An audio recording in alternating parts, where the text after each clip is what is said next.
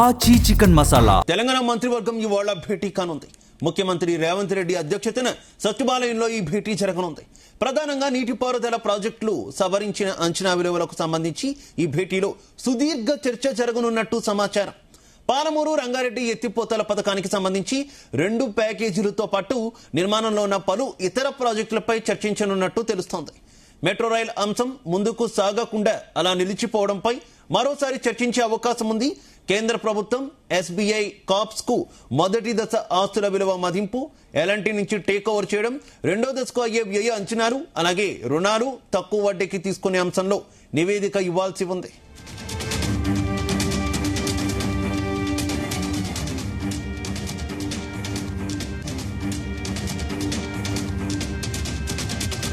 ఇక ఈ ప్రక్రియ కోసం రాష్ట్ర ప్రభుత్వ ప్రతినిధిగా పురపాలక శాఖ ప్రత్యేక ప్రధాన కార్యదర్శి జయేష్ రంజన్ ను నియమించిన కేంద్రం ఇంకా తన ప్రతినిధిని ప్రకటించకపోవడం, కమిటీ ఏర్పాటు కాకపోవడాన్ని రాష్ట్ర ప్రభుత్వం సీరియస్ గా పరిగణిస్తోంది. ఈ నేపథ్యంలో దీనిపై చర్చించే అవకాశం ఉందని సమాచారం. ఇక ఇదే అంశానికి సంబంధించి మరింత సమాచారం మా బ్యూరో చీఫ్ నరేందర్ అందిస్తారు. నరేందర్. ఈరోజు కేబినెట్ సమావేశం జరగబోతోంది. సచివాలయంలో రేవంత్ రెడ్డి అధ్యక్షతన జరగబోతున్నటువంటి ఈ కార్యక్రమంలో మంత్రులందరూ హాజరవుతారు. వాకిలి శ్రీహరి మినహాయించి అందరూ కూడా హాజరయ్యే అవకాశం ఉంది. అయితే దాదాపు 4 గంటల పాటు కేబినెట్ సమావేశం జరగబోతుంది. ఇందులో తాజా పరిస్థితులు, ఎలినినో ప్రభావం సంబంధించిన అంశంతో పాటు సాగునీటి ప్రాజెక్టులు ప్రధానమైనటువంటి ఎజెండాగా ఇందులో ఉండబోతున్నటువంటి నేపథ్యం ఉంది. ఈ సాగునీటి ప్రాజెక్టులు కూడా పాలమూరు రంగారెడ్డి ప్రాజెక్టు సంబంధించినటువంటి కొంత పెండింగ్ పనులు, అదేవిధంగా కాళేశ్వరం ప్రాజెక్టు సంబంధించినటువంటి పునర్నిర్మాణంపై ప్రధానమైనటువంటి చర్చ ఇందులో ఉండే అవకాశం అయితే ఉంది.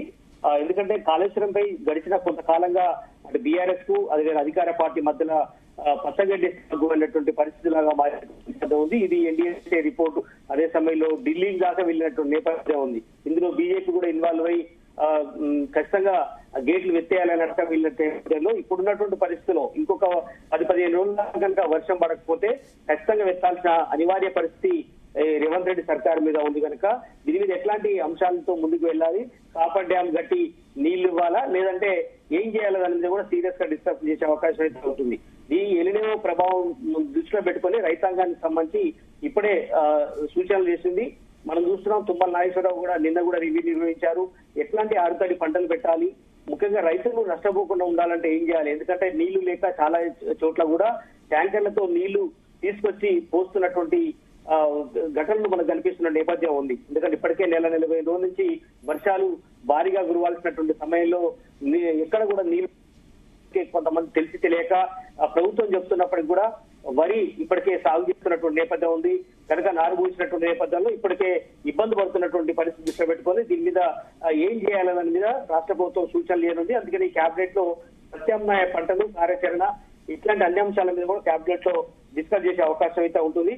ఇక గోదావరి బనకచెర్ల వివాదంతో పాటు కృష్ణా గోదావరి జలాల మీద నిర్మించేటువంటి ప్రాజెక్టుల మీద పూర్తి స్థాయిలో చర్చ జరిగే అవకాశం ఉంటుంది. కావేరికి సంబంధించినటువంటి ఇష్యూ కూడా నడుస్తుంది. దీనివల్ల ఆంధ్రప్రదేశ్ నీళ్లు పెద్ద ఎత్తున పోతున్నాయి, రాష్ట్ర ప్రభుత్వం పట్టించుకోవట్లేదని ఇప్పటికే ప్రధాన ప్రతిపక్ష పార్టీలన్నీ కూడా ఆరోపణ చేస్తున్న నేపథ్యంలో దీన్ని దృష్టిలో పెట్టుకుని కృష్ణా కావేరికి సంబంధించినటువంటి అంశం మీద ఏం చేయాలి అనే దాని మీద కూడా ప్లాన్ చేస్తున్న నేపథ్యం ఉంది.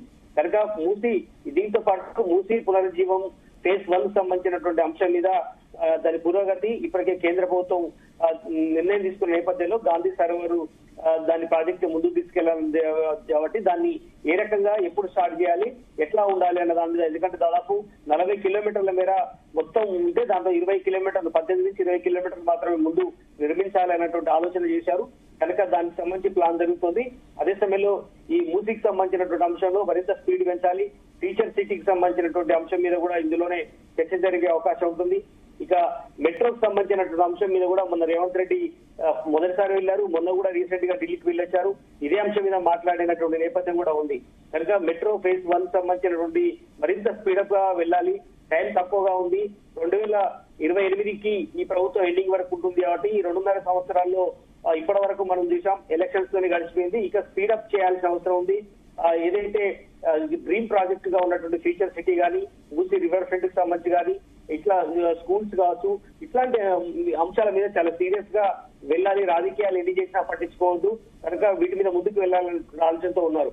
అదే సమయంలో సీజనల్ వ్యాధులు కూడా వస్తున్నాయి. ఇప్పటికే ఆంధ్రప్రదేశ్ లో కరోనా కేసులు నమోదవుతున్న నేపథ్యంలో తెలంగాణ మీద దాని ఇంపాక్ట్ ఏ రకంగా ఉండబోతుంది, అదేవిధంగా కొన్ని విషయాలను దృష్టిలో పెట్టుకొని ఎట్లాంటి ప్రత్యామ్నాయ చర్యలు తీసుకోవాలి, హాస్పిటల్లో దాని బెడ్స్ సంబంధించి కానీ వైద్య సిబ్బంది కొరతలు తీర్చడం కానీ ఇట్లాంటి అన్ని అంశాల మీద కూడా పెద్ద ఎత్తున దాని మీద చర్చ జరగాల్సిన అవసరం ఉందని కూడా ఉంది. కింది స్థాయిలో వైద్యులు కూడా టైంకి వచ్చేలాగా చూసుకోవాల్సిన అవసరం ఉందని కూడా చర్చ జరిగే అవకాశం ఉంటుంది. పాలనపరమైనటువంటి పలు కీలకమైన అంశాల మీద కూడా ఇందులో చర్చకు వచ్చే అవకాశం ఉంటుంది.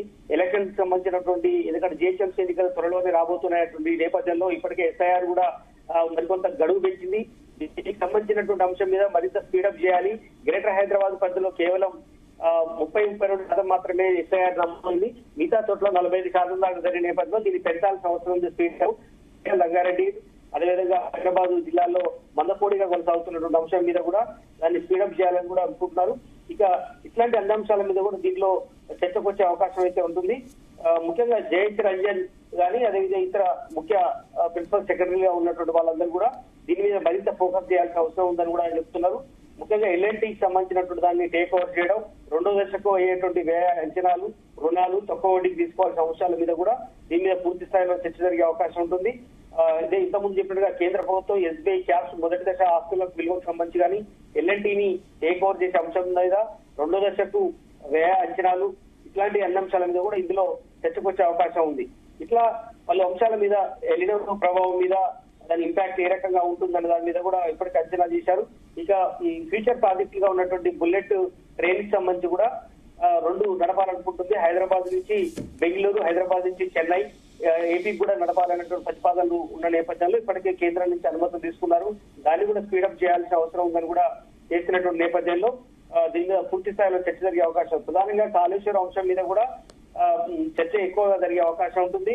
ఈ కాళేశ్వరం సంబంధించినటువంటి నీళ్లు రిలీజ్ చేశారా వద్దా, ఎందుకంటే మెడిగడ్డ అన్నారం సుద్దీలకు సంబంధించిన ప్రాజెక్టుల బ్యారేజ్కి సంబంధించిన ఇష్యూలో 2 పిల్లర్లు కుంగిపోవడం, దాన్ని పెద్ద ఎత్తున వివాదం అవుతున్న నేపథ్యంలో దాన్ని మళ్ళీ కనుక నీళ్లు వదిలితే కూలిపోయే అవకాశం ఉంది, మొదటికే మోసం వచ్చే అవకాశం ఉంటుంది, భద్రాచలం ఏకంగా మొత్తం కొట్టుకుపోయే అవకాశం ఉందని ఇప్పటికే ముఖ్యమంత్రి రేవంత్ రెడ్డి చెప్తున్నటువంటి నేపథ్యంలో మరి అంత రిస్క్ తీసుకొని మరి చేస్తారా లేదా అని చూడాల్సిన అవసరం ఉంది. కాపర్ డ్యామ్ ప్రత్యామ్నాయమా లేదంటే ఫేస్ మేనర్ లో కొంచెం వీలు చూసుకొని దాన్ని రిపేర్ చేసిన తర్వాతనే నీళ్లు వదలడం అనే దాని మీద కూడా ఈ క్యాబినెట్ చర్చ జరిగే అవకాశం ఉంటుంది.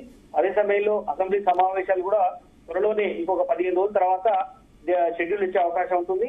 ఈ 4 రోజుల లోపలనే సమావేశాలు జరపాలనేటువంటి ఆలోచన అయితే రాష్ట్ర ప్రభుత్వం మొదలు ఉంది. వీటిని దృష్టిలో పెట్టుకొని ఈ కేబినెట్ సమావేశంలో వాళ్ళ అంశాల మీద ఈ చర్చ జరిగే అవకాశం అయితే ప్రధానంగా కనిపిస్తోంది. Shiva. Right, okay, thank you.